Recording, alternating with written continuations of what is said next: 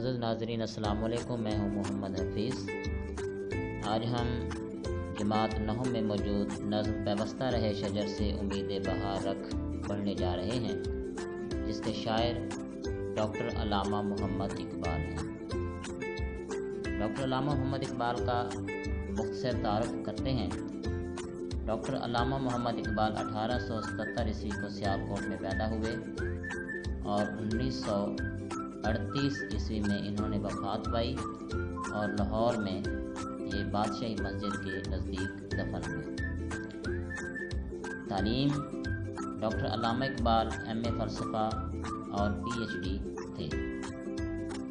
میدان عمل میں یہ استاد بھی رہے، وکیل بھی رہے اور شاعر بھی۔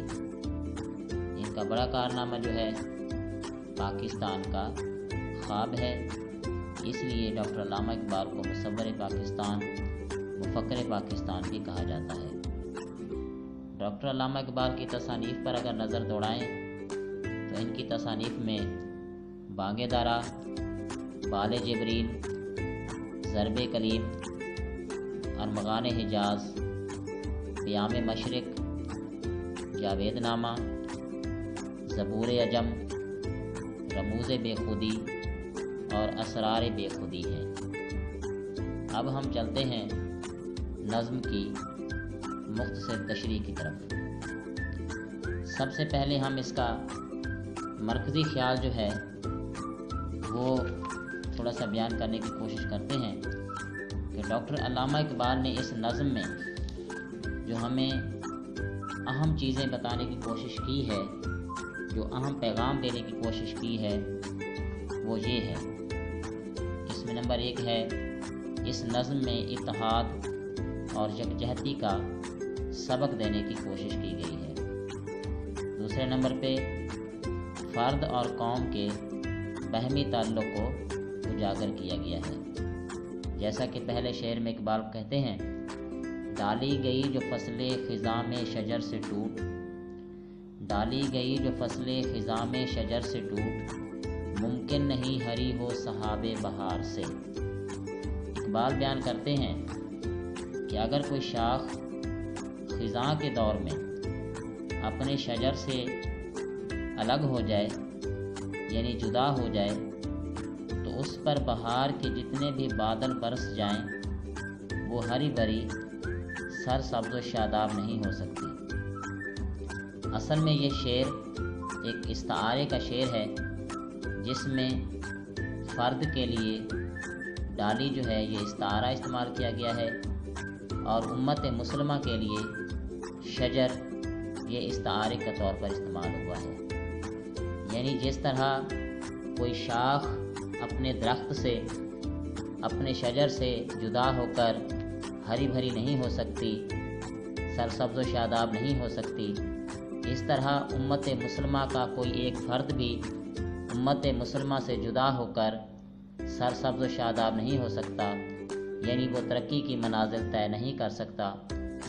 یہ ٹھیک ہے کہ وہ علیحدہ ہو کر ترقی بھی کر لے گا، لیکن وہ دلی سکون جو اس کو اپنی قوم کے ساتھ رہ کر ملنا تھا وہ حاصل نہیں ہو سکے گا۔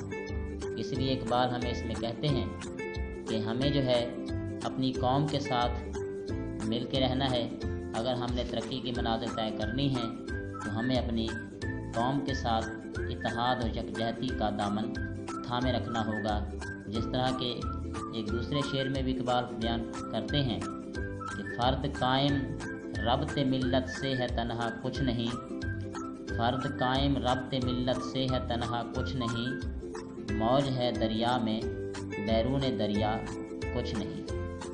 دوسرا شعر ہے لازوال عہد خزاں اس کے واسطے، ہے لازوال عہد خزاں اس کے واسطے، کچھ واسطہ نہیں ہے اسے برگ و بار سے۔ جس طرح کہ پہلے شعر میں اقبال بیان کرتے ہیں کہ اگر کوئی ڈالی اپنے درخت سے، اپنے شجر سے ٹوٹ جائے تو اس کا ہرا بھرا ہونا ناممکن ہے۔ دوسرا شعر بھی اسی ہی کی ایک کڑی ہے کہ جو شاخ، جو ٹہنی، جو ڈالی اپنے درخت سے جدا ہو جائے، اپنے شجر سے علیحدہ ہو جائے، وہ کبھی بھی ہری بھری نہیں ہو سکتی۔ اس پر نہ تو کبھی پتے لگ سکتے ہیں، نہ کبھی پھول لگ سکتے ہیں۔ اس کے لیے جو ہے خزاں کا موسم جو ہے وہ ایک مستقل موسم اس پر جو ہے طاری ہو جائے گا، اور وہ ہمیشہ کے لیے خزاں کا شکار ہو جائے گی، اور اس کا جو تعلق ہے برگ و بار سے نہیں رہے گا، اس کا سرسبز و شادابی سے اس کا کوئی تعلق نہیں رہے گا۔ جس طرح کہ اقبال کہتے ہیں کہ ممکن ہے کہ تو جس کو سمجھتا ہے بہاراں، اوروں کی نگاہوں میں وہ موسم ہو خزاں کا۔ اس طرح اگلے شعر میں اقبال کہتے ہیں، ہے تیرے گلستان میں بھی فصل خزاں کا دور، ہے تیرے گلستان میں بھی فصل خزاں کا دور، خالی ہے جیب گل زر کامل عیار سے۔ اس شعر میں بہت اہم سبق ہمیں دینے کی اقبال نے کوشش کی ہے کہ ہے تیرے گلستان میں بھی فصل خزاں کا دور، کہ یعنی اس امت مسلمہ کا جو گلستان ہے، جو گلشن ہے، جو باغ ہے، اس میں خزاں کا موسم شروع ہو چکا ہے، خزاں کا دورہ ہے، اور وہ جو کامل شخصیات جنہوں نے اس قوم کی آبیاری کی، امت مسلمہ کو ترقی اور عروج دیا، وہ آج اس قوم میں نہیں رہیں۔ اس لیے یہ قوم جو ہے اب زوال پذیر ہے، یہ پستی کی طرف جا رہی ہے۔ دوسرے شعر میں اقبال کہتے ہیں کہ جو نغمہ زن تھے خلوت اوراق میں طیور، جو نغمہ زن تھے خلوت اوراق میں طیور، رخصت ہوئے تیرے شجر سایہ دار سے۔ اس میں بھی بالکل وہی اوپر والے شعر کی جو ہے وہ ایک کڑی ملتی ہوئی ہمیں نظر آتی ہے کہ وہ شخصیات جو راتوں کو اٹھ کر اللہ کی عبادت کرتی تھیں اور اللہ کا ذکر کیا کرتی تھیں، وہ آج اس امت مسلمہ میں نہیں رہے۔ اس لیے امت مسلمہ جو ہے وہ زوال کا شکار ہے۔ اس طرح ہمیں وہ سبق دے رہے ہیں کہ ہمیں ان شخصیات کی اشد ضرورت ہے جو ہمارا ہاتھ تھام کر ہمیں بلندیوں کی طرف لے جائیں۔ آگے اقبال کہتے ہیں کہ شاخ بریدہ سے سبق اندوز ہو کہ تو، شاخ بریدہ سے سبق اندوز ہو کہ تو، نا آشنا ہے قاعدہ روزگار سے۔ اس میں اقبال ہمیں یہ بیان کرتے ہوئے، یہ سمجھاتے ہوئے، یہ درس دیتے ہوئے نظر آتے ہیں کہ ہمیں اس ٹوٹی ہوئی شاخ سے سبق حاصل کرنا چاہیے۔ جو شاخ اپنے شجر سے ٹوٹ کر ہری بھری نہیں ہو سکتی، سر سبز و شادابی اس پر نہیں آ سکتی، اگر ہم بھی اپنی قوم سے جدا ہو جائیں گے تو ہم بھی ترقی کی منازل طے نہیں کر سکتے، کیونکہ ہم اس زمانے کے اصول و ضوابط سے ناآشنا ہیں۔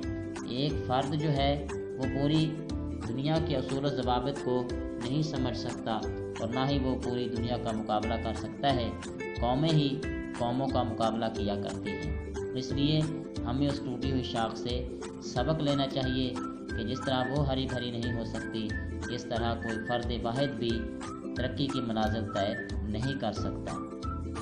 آخری شعر میں اقبال کہتے ہیں کہ ملت کے ساتھ رابطہ استوار رکھ، ملت کے ساتھ رابطہ استوار رکھ، پیوستہ رہے شجر سے امید بہار رکھ۔ اقبال ہمیں اس میں درس دیتے ہوئے نظر آتے ہیں کہ ہمیں اپنی ملت کے ساتھ رابطہ قائم رکھنا چاہیے، ہمیں اپنی قوم کے ساتھ، ہمیں امت مسلمہ کے ساتھ ایک مضبوط رشتہ استوار کرنا چاہیے۔